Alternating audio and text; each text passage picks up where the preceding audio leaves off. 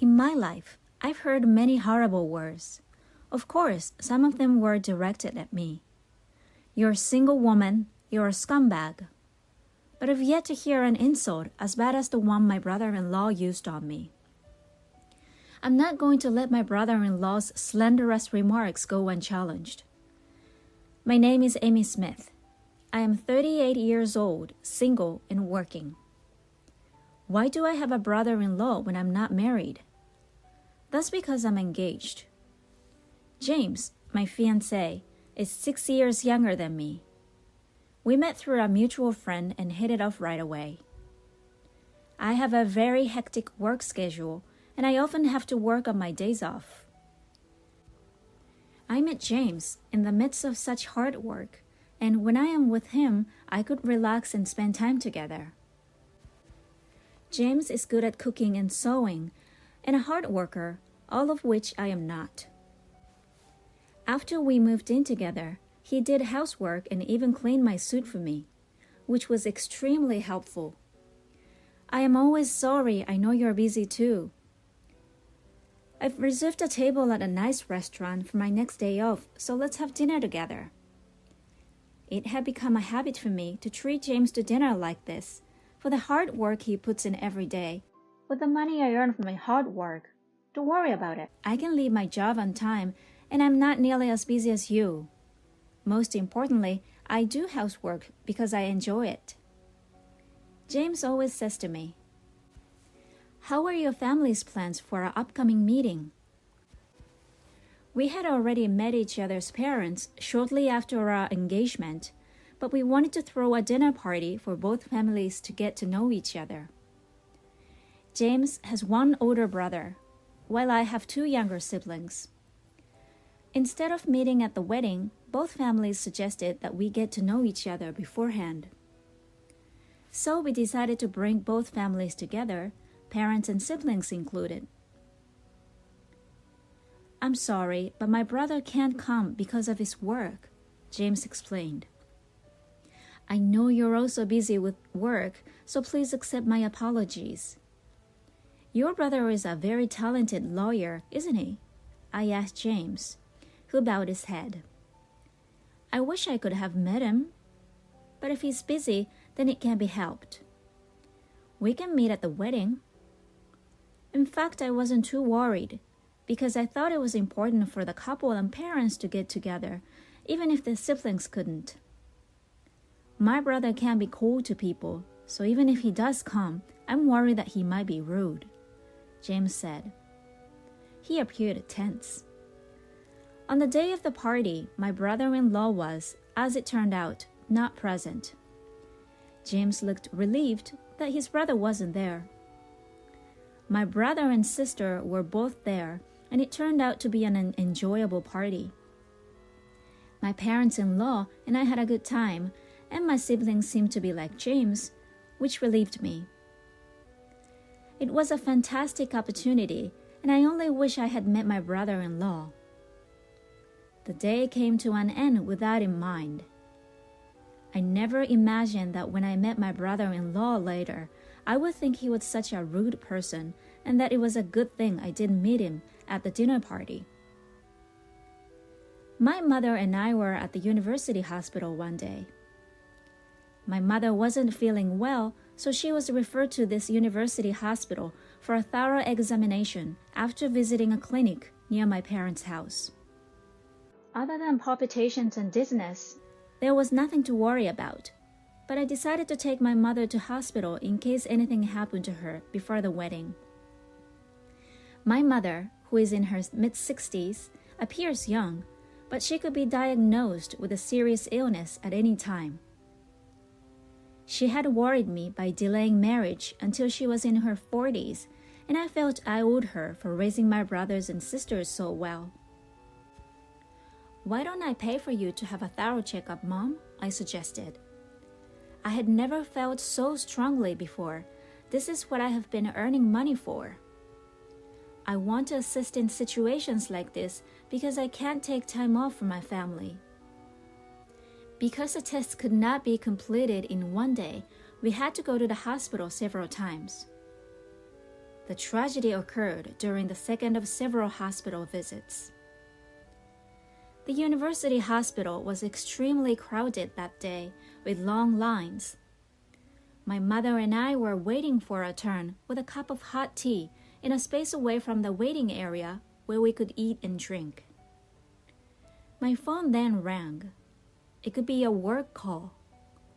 I left my tea with my mother and went to a location where I could take the call. It was indeed a work-related call.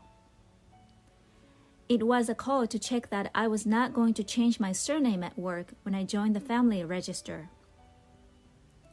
I returned to my mother after the phone call and I heard some yelling. What was she screaming at in the hospital? I hope my mother is all right. When I realized the yelling was aimed at my mother, I dashed over to her.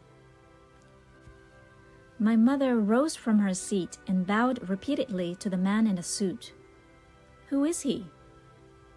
He was wearing an expensive-looking suit as well as a luxurious-looking watch and shoes.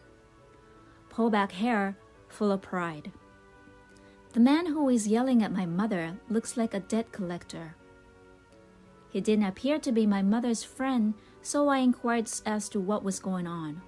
Excuse me for interrupting, I said. Did my mother harm you in any way? The man shifted his gaze to me and examined me from head to toe. She placed a cup of tea or something on the seat, and when I sat next to her, it fell and stained my suit. What are you going to do? I have business after this. I examined his suit more closely, and it did appear to be slightly damp. I apologized sincerely. Let me pay for the dry cleaning. I tried to say, but the man was unconvinced and interrupted me, yelling even louder. The man shouting inside the hospital naturally drew a lot of attention. A few nurses came out, and a crowd quickly gathered.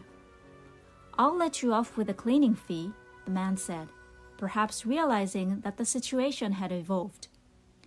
Do you have any contact details? How can I contact you? He inquired. Oh no, I didn't have my business card. I always have on hand on days like this. A security guard called out to me. Are you all right? Is everything in order? Is there a problem? The gentleman clicked his tongue and tossed his business card at my feet. Make sure you call me, he said. There's no point in fleeing. I have a close relationship with this hospital, and I'm sure they will share your information with me. What on earth is going on? My mother and I are both sorry. I tried to fight back, but he took one look at my hand and said, You're single at your age? Women are said to have an expiration date, but you're not only expired, you're unsold industrial waste. You're like raw garbage, a single woman. He was rude once more. As I was about to respond to the insult directed not only at me, but at my mother, the man took off running to avoid being pursued by the security guard. What's up with that impolite demeanor? I'm furious. My gut was churning with disappointment over not being able to protect my mother and the rude man's comment. I bowed lightly to onlookers and security guards who had rushed to the scene out of concern and picked up the business card that had fallen at my feet. I was curious as to who the jerk was. I was perplexed as I read the name and title. So that's what all of this was about. I canceled the checkup and returned home, prioritizing my mother's mental health care. I'll never forget that guy. I'm sure I'll make him regret his rant against me and my mother. I went to the courthouse about a week later. Of course, it wouldn't be like in America, going to court over a stain on a suit. I saw a man I recognized walking toward me from the end of the main hall as I moved through the familiar halls, my heels clacking on the floor. I knew it. What should I say to him? I wondered. As I was thinking, he looked up at me as I passed him and said, "You're the trashy single woman from the other day, aren't you? You've got to be kidding me. What exactly are you doing here? This isn't the place for you." Yes, this is the same man who assaulted my mother and me the day before. I wanted to say something harsh to him right now, but I have an evil side to me. Every day I think about how I want to completely destroy evil by using my strong sense of justice. Oh, I'm very sorry about the other day. I believe you are Tom Dixon of the Honeywell Law Office. I brushed aside his rude outburst as I remembered his business card that had been thrown at me the day before. The man took offense and started talking about the suit incident, his mouth twisting in a nasty way. "I had an appointment with a client at the hospital after that," he explained, "and you embarrassed me." I don't understand how a trashy woman like you could stain someone's suit and then not call me back. Dixon worked as a lawyer. Of course, we happened to meet here today by chance. Then, because of his loud voice, I felt eyes on me from all sides. Lawyer Dixon began taunting me in a loud voice that people in the aisles could hear. I guess he wants to brag, even though I'd have to call security if this continues. There are many men like this in the legal profession. I was shaking my head, which irritated Dixon even more. "Mr. Dixon, what's with your loud voice?" said someone behind me. Someone approached me and asked, "Mr. Dixon, what's wrong?" When Dixon saw the man who owned the voice, he changed his tone and mumbled, "Oh no, this woman." As he took a business card from his card case, the man looked up at me and gasped. When I picked up his business card, it said, "Attorney Honeywell, partner at Honeywell Law Office." This man must be Dixon's boss and the firm's CEO. As soon as he realized who I was, he began shaking and bowing at a 90-degree angle to greet me. "Gosh, it's been a while," he exclaimed. "Dixon, my subordinate, has been extremely rude to you. Please accept my apologies." Then Attorney Dixon, who had no idea what was going on. "Mr. Honeywell, what's going on?" "What's going on, Mr. Honeywell? Are you familiar with this lady?" "This is the jerk who ruined my suit the other day and overcharged me for dry cleaning." Mr. Honeywell, who had turned blue, then grabbed Mr. Dixon by the scruff of the neck and forced him to bow. "Ouch! What exactly are you doing?" Honeywell spoke quietly to Dixon.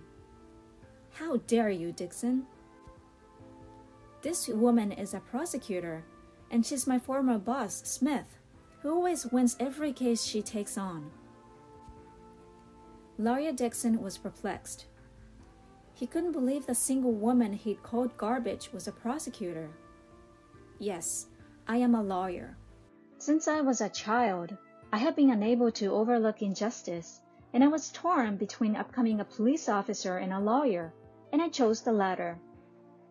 I became a lawyer because I wanted to bring criminals to justice, even if I couldn't catch them with my own hands. I wanted to bring the criminals to justice and judge them under the law. Now I work for the prosecution after being invited by a former colleague to advance my career. As a result, I am frequently in and out of the courtroom for work. By the way, Mr. Honeywell is afraid of me because I looked after him when he was a rookie. He's a serious man, but he's in trouble because the bond between a trainer and a rookie never fades." Attorney Dixon, who had come to a halt in shock, wanted to say something, but I wouldn't let him. "You've grown into a fine man, Mr. Honeywell," I said. "Mr. Dixon, I will pay your cleaning bill without delay. I apologize for being so busy with work. Is that okay, brother-in-law?" "Brother-in-law?" said Lawyer Dixon, his mouth agape. "No way, James's fiancé?" he said aloud as he froze. I looked up at the business card he had thrown at me the other day to see if I could figure out what was going on. This rude man was, indeed, my brother-in-law, who had missed our wedding due to work. As I watched my brother-in-law, I noticed his face turn pale. As a lawyer, you know that comments like, "A single woman is garbage," are considered insulting. I was prepared to pay for the dry cleaning, but your response was appalling. You can be sentenced to 1 year's imprisonment or a fine of no more than $3,000, or both. Which do you prefer? As I said this, I smiled. Attorney Dixon finally fell to his knees and bowed his high head, realizing that his position was in jeopardy. Please forgive me if the press finds out. I suppose assertive lawyers are more aware of the media. Sometime later, I had a successful wedding and now thoroughly enjoying newlywed life. James is now a full-time house husband, and I am more able than ever to devote myself to work for my family. My brother-in-law apologized several times to my mother and I and offered to settle the case. But I decided to ask him to write off the dry cleaning bill and forget about it. I could make the money on my own. My brother-in-law didn't attend the ceremony, most likely because he felt awkward. My brother-in-law's business has suffered significantly due to his attitude toward us, as well as complaints from other customers. I suppose bad deeds are exposed. I promised myself that I would protect this life so that we can continue to support each other.